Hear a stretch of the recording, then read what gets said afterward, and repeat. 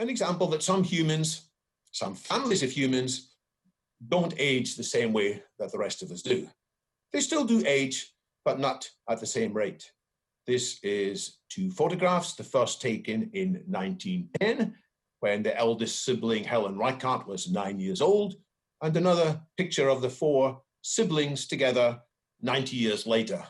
All four of them went past the age of 100. Two of them lived to be the age of 109. They all lived remarkably healthy for most of their life. The person on the ground there, Irving Kahn, kept working at his job as an investment trader until the age of 108 3/4. Next slide indicates the terms by which these people are known, super agers, and the scientists who study them define it as people who reach the age of 95 without having any cardiovascular disease, cancer, diabetes, or cognitive decline. Scientists who study these super agers have concluded they don't get that way because of particularly healthy living styles. The family in question included several who smoked a great deal, and Helen Reichardt famously disliked vegetables. They did not eat very well. That's not, of course, a recommendation to the audience to follow the same recommendation. Instead, the point is as follows, as the scientists studying these super agers emphasize. Healthy living might get us to the age of 80, but to get to the age of 100, something else is needed. Probably something genetic, and which is what the anti-aging industry is looking hard to find. Some of the findings are shown on the next slide.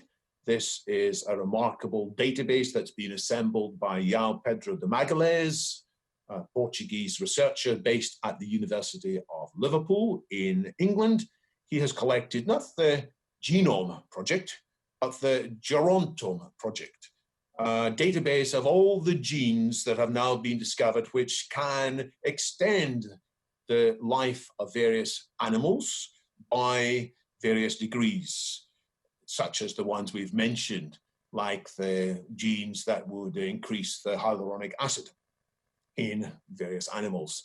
There are now 2,152 such genes altogether, of which 307 seem to be associated in humans with longer lifespans. Now, we're not talking anytime soon about doing mass genetic editing of humans. That's not really the point. The point is to understand the mechanisms that nature employs and what these genes do. These genes change the way proteins are manufactured, for example. And we can do that as well by introducing drugs and other treatments. And it is significant, as on the next slide, that we already have 567 drugs that have been developed in various scientific experiments, which have the same effect of increasing the lifespan of various model animals.